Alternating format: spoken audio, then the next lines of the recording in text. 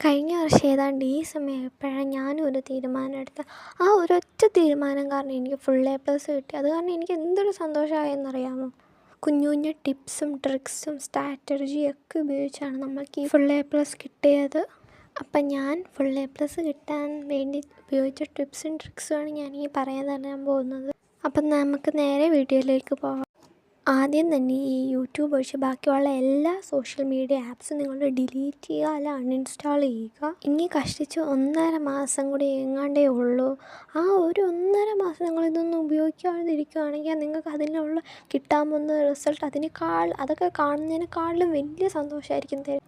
YouTube കളയേണ്ടെന്ന് പറഞ്ഞത് യൂട്യൂബിൽ നമുക്ക് ക്ലാസ് കാണാൻ ഉപയോഗിക്കുന്നതുകൊണ്ടാണ് യൂട്യൂബ് കളയേണ്ടെന്ന് പറഞ്ഞത്. ഏതാണ്ട് കുറച്ച് ദിവസം കൂടി, ഇനിയുള്ള കുറച്ച് ദിവസം നിങ്ങൾ കുറച്ച് ഉറക്കം സാക്രിഫൈസ് ചെയ്തേ പറ്റുള്ളൂ.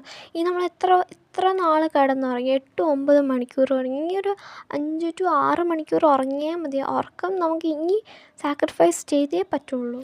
പിന്നെ മിനിമം 4 മണിക്കൂർ അല്ല 4 to 5 മണിക്കൂർ നിങ്ങൾ ഒരു ദിവസം പഠിക്കുക.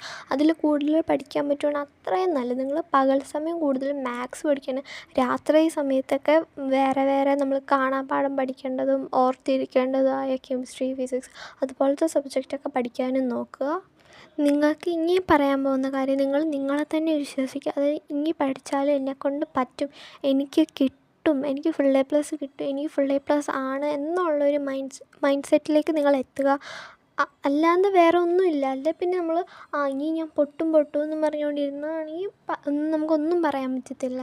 ഇനിയുള്ള സമയം നിങ്ങൾ ദയവ് ചെയ്ത് ടൈം ടേബിൾ ഉണ്ടാക്കാൻ നിൽക്കാതെ ഡെയിലി ടാർഗറ്റ് ഉണ്ടാക്കുക. അതായത് ഫിസിക്സിൻ്റെ ഇന്ന ചാപ്റ്റർ ഞാൻ ഇന്ന് പഠിക്കും, അല്ലെ കെമിസ്ട്രിയുടെ അങ്ങനെ. അല്ലാതെ രാവിലെ 9 മണിക്ക് എഴുന്നേൽക്കുന്നു, 10 മണി വരെ അത് പഠിക്കുന്നു, അങ്ങനത്തെ ടൈം ടേബിൾ ഉണ്ടാക്കാൻ നിൽക്കാതെ ഡെയിലി ടാർഗറ്റ്, ഇന്ന് ഞാൻ ഇത്ര ചാപ്റ്റർ തീർത്തിരിക്കും, ഇന്ന് രാത്രി അത്രയും തീർത്തിട്ടേ ഞാൻ ഉറങ്ങത്തുള്ളൂ എന്നുള്ളൊരു ഇതിലേക്ക് പോകുക. അല്ലാണ്ട് നിങ്ങൾ അങ്ങനെ ടൈം ടേബിൾ ഉണ്ടാക്കുകയാണെങ്കിൽ നിങ്ങൾ റിഗ്രറ്റ് അടിച്ച് അന്നത്തെ ദിവസം പോകത്തേ ഉള്ളൂ.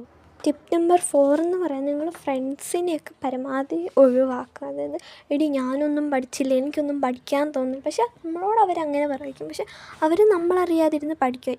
നമ്മൾ വിചാരിക്കും അവരൊന്നും പഠിച്ചില്ല, അപ്പോൾ ഞാനും പഠിച്ചില്ല, എനിക്കും കുഴപ്പമില്ലെന്ന് പറഞ്ഞാൽ അവളും കൂടി എൻ്റെ കൂടെ ഉണ്ടായിരിക്കുന്നു വിചാരിക്കുന്നത് ഏറ്റവും വലിയ പൊട്ടത്തരം.